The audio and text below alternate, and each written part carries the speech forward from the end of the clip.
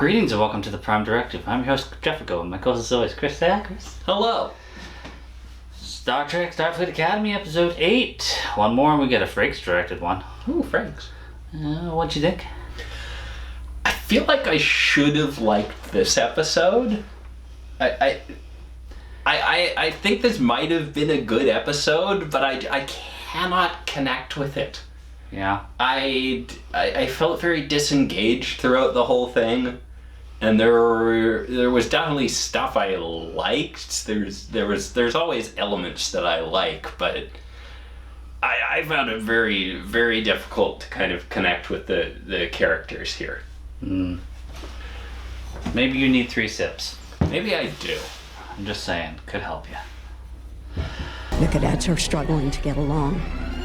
The lasting effects of the Miyazaki are still with us. We need to alter our course. We need to power up our shields. Who is giving the order? You're supposed to be working together. Unidentified contact incoming. Yeah, no kidding. This was the episode to deal with trauma. Which is funny because we had an episode in between the trauma where they didn't have any problems. Yes. Yeah, like this probably did belong right after the Miyazaki episode. I'm not sure why there was something else in the middle. Yeah, like considering how trauma they acted and didn't in the episode before. So that's a disconnect because you're linear. Yeah. So like doesn't really make as much sense. I guess they wanted more space to set up Sam's glitching. Sam's glitching and Tamara returning. Yeah. But, the characters were still there, having fun, not traumatized, chasing warp slugs. Yeah. Just saying. Yeah, you bring Tilly in to be a theater major of, I'm going to use theater to get rid of your trauma, and... Man, I used to like Tilly. It's been never for me. I loved awkward season 1 and 2 Tilly. I'm just like, she was a delight. Probably shouldn't be on the ship if she is a cadet. Everything past I don't know where the cutoff point was. Somewhere in season 3, Tilly just got really grating to me. Yeah. Aw, you're all still asleep. Wakey, wakey, Eractigino and Bakey. Eyes up, cadets. I'm Lieutenant Sylvia Tilly. I'm on rotation in the Beta Quadrant with the 3rd years. However, I've seen better counseling. I've seen more effective counseling from Troy or Esri.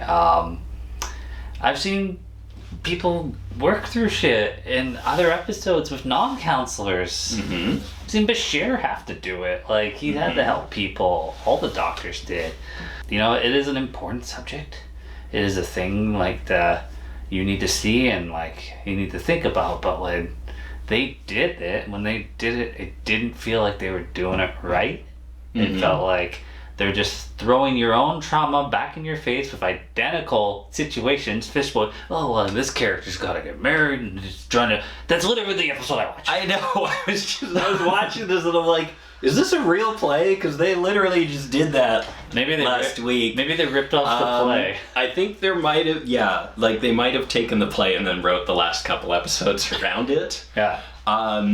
And... I'm sorry, did he have trauma about almost being married? Yeah. I think he probably did have trauma about the entire course of his life suddenly changing. Yeah, well, it didn't. It did, because he was always supposed to end up doing that. Yeah.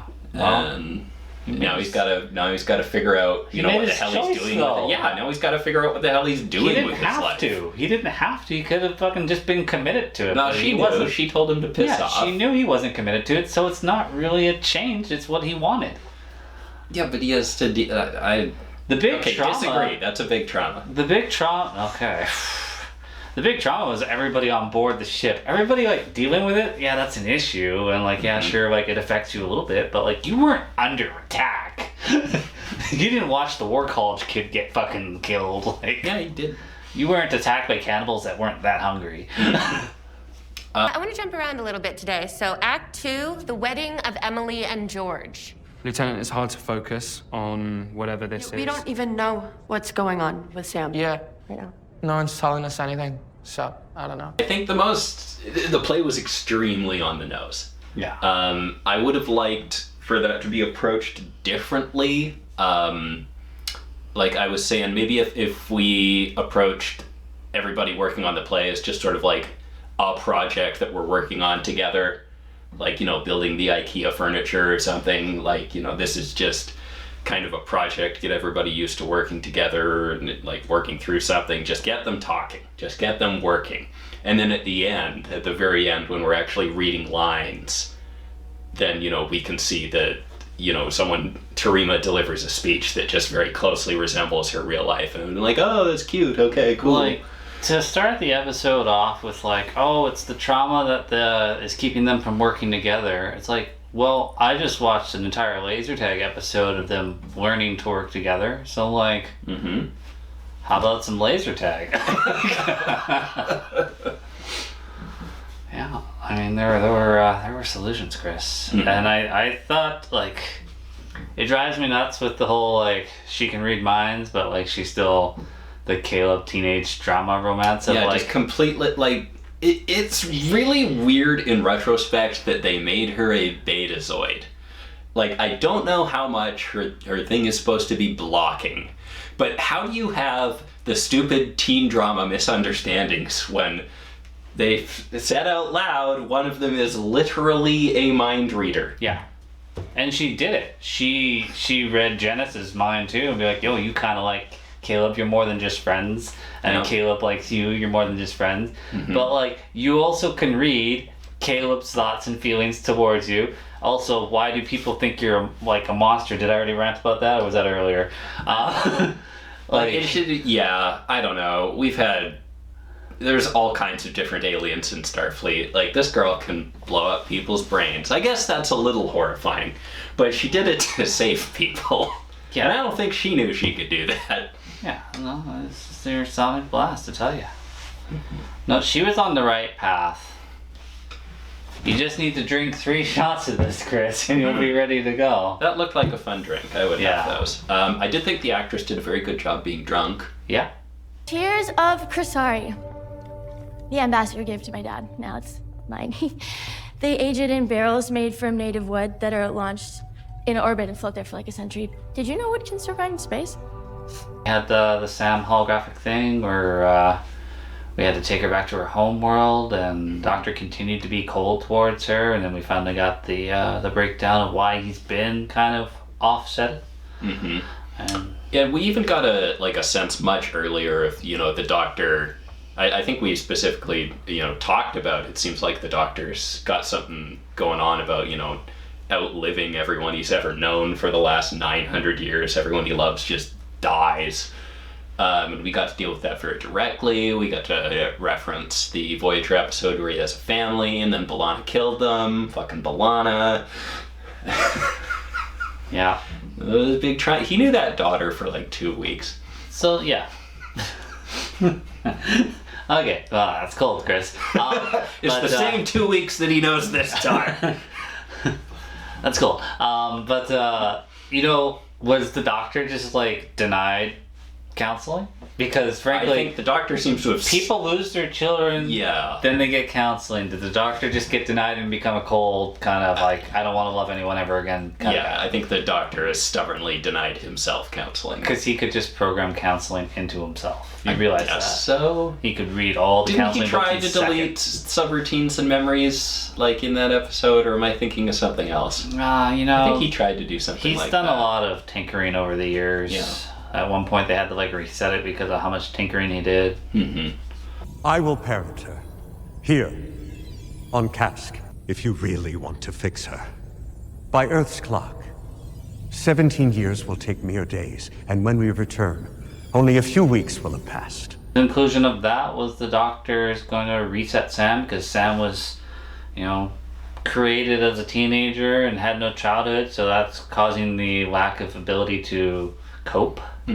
And so she needs a childhood, and thankfully we're on a place that can do childhoods in 2 weeks. Yep. So he stays there and becomes a dad. Convenient that. And he never changes his outfit. I'm sorry, but I'm pretty sure Voyager Doctor like totally put on a Hawaiian shirt. Yeah, he would change for the occasion sometimes. Yeah. So like, you know, you're at the beach with your daughter, like... Yeah. Remember when he had the command red and then you like boom, boom, boom, couple extra pigs. Yeah, Exactly. it's a great episode. So you know what makes sense? Sam showing up and being, XYZ weeks old, and she acted like it. So I'm wondering how much of a change this is going to be to her personality.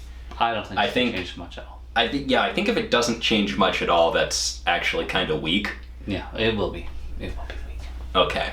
Because on one hand, it would be jarring to have her go to a much more mature, calmer personality at this point. But on the other hand, if she doesn't, it's going to feel like they kind of forgot this episode, which, they're clearly very proud of this episode. They kind of forgot the last episode when we're dealing with the trauma now. Yeah. No, I expect her to have some childhood, memory sharing. Mm-hmm. She'll mention it. But she is not changing personality-wise. Okay. Not one bit. I can guarantee you that. All right. Haven't seen the episodes, but it's a safe bet. Okay. You understand the implications, Doctor. She will be different. She will have 2 sets of memories. One from her first life, the 209 days she spent at Starfleet Academy, and one from her second. Time without me, man. God, I wasn't here for this one. And I feel like I missed out on a really good episode of Star Trek. I don't know if this was me coming into it and not being in the right place for it, but I just could not engage with this. I don't know if... Nice final words. I couldn't. I couldn't connect with anything going on. And I was just, kind of rolling my eyes at a lot of it. I'm seeing this seems to have some pretty positive reception, but I couldn't do it, man. And I don't know, it's missing. We're starting to get into the same issue I was having with later seasons of Discovery, where I'm not feeling the tone. Is it too late to say it doesn't feel like Star Trek again? Has that phrase been beaten around too much? And I have really tried to avoid that phrase. Yeah. I don't sit down here and say that very much, if at all. But I'm just kind of wondering what's missing, and it's difficult to articulate. Cadet Sadal, welcome.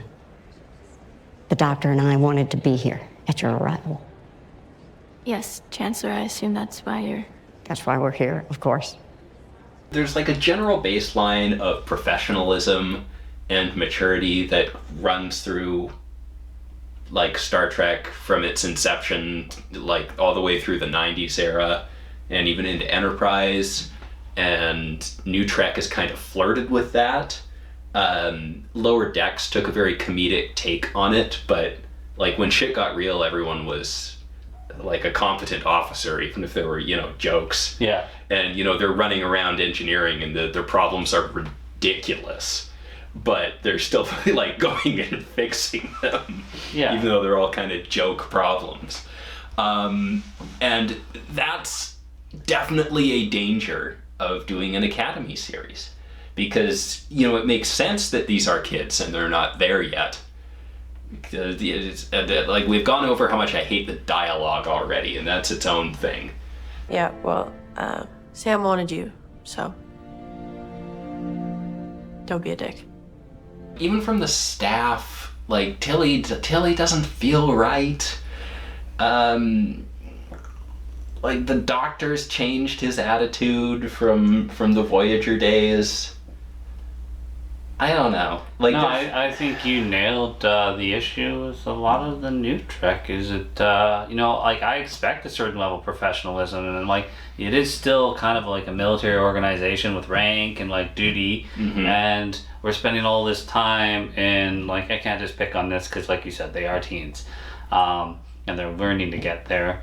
But I don't feel like they're gonna get there because I feel like Discovery is the example that you have when people are there. And they're spending all this time a lot of the staff isn't, and maybe that's why I zoomed right in on Laura Thok, the Klingon Jem'Hadar lady, because she's there. She belongs. She yells and screams a lot, but she's a professional officer. You could fit her into other series, a character like that. Yeah. It would be fine. But like a lot of the other staff even doesn't quite feel like they're in the same place.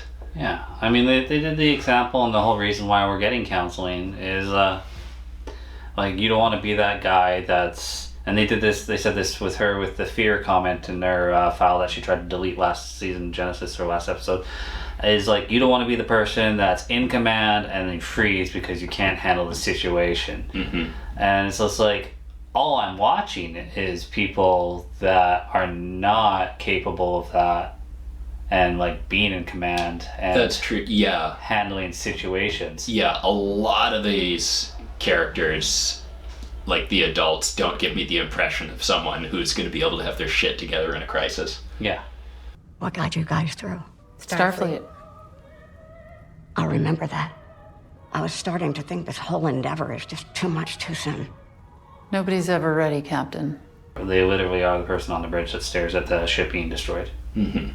I know you're ragging on the end of Strange New Worlds there, and I was like willing to forgive that as just like a TV thing. She was a god the entire time, Chris. A god. Yeah. Oh god. Yeah. No, the writing was brutal. Like going back to the professionalism, I know we ragged on it for a review, but like when Uhura just fudges the numbers and then Pike finds out and he's like, eh.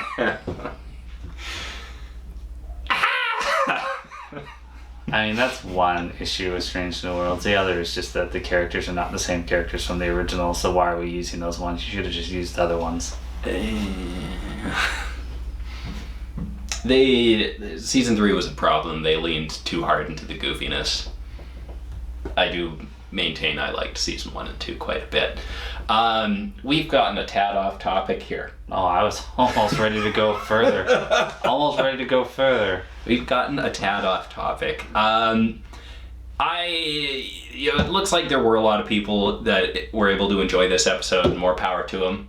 Because I think this was really close to something I could have liked. I don't know what you would have had to change, but I feel like if I did like this episode, then it would have been amazing.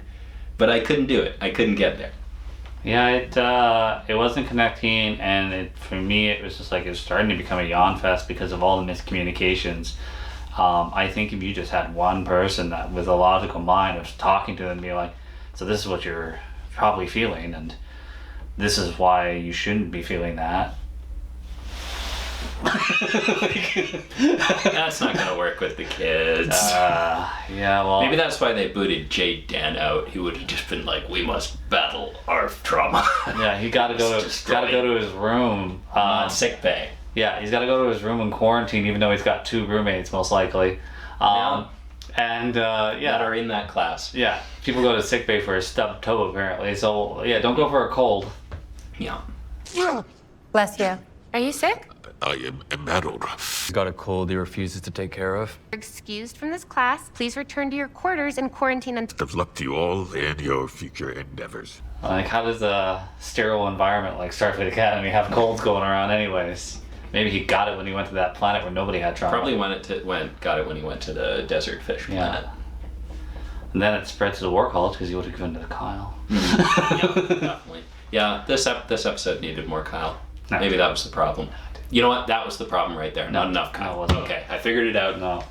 I figured it out. Final answer. You know, Kyle wasn't even in this, so if you're going to go that far off topic, I got stuff for you. Final answer. Not enough Kyle. Did you know that the Babylon 5 creator did a pitch for a new Star Trek? And it was actually going back to Kirk and Spock and no, I'm already out. Alternate timeline. I'm already out. Alternate timeline. I'm out. And then they could change the whole history and follow this alternate timeline. And guess what? Then JJ did his movie after. Where did he get the idea? Did he do that twice? Where did he get the idea? Twice, actually. JJ always steals it, man. Yeah, it happened to him twice. Because he claims that they started doing Deep Space Nine right after. Well, you tell me about the Ardassians in the Babylon 5, and then suddenly the Cardassians in Deep Space Nine. Oh, they were already in TNG. Come on. Yeah. Okay. Whatever. Come on. So that's my off topic. Okay. Yeah. I don't really have anything further. So as always, guys, thanks for watching. See you next time.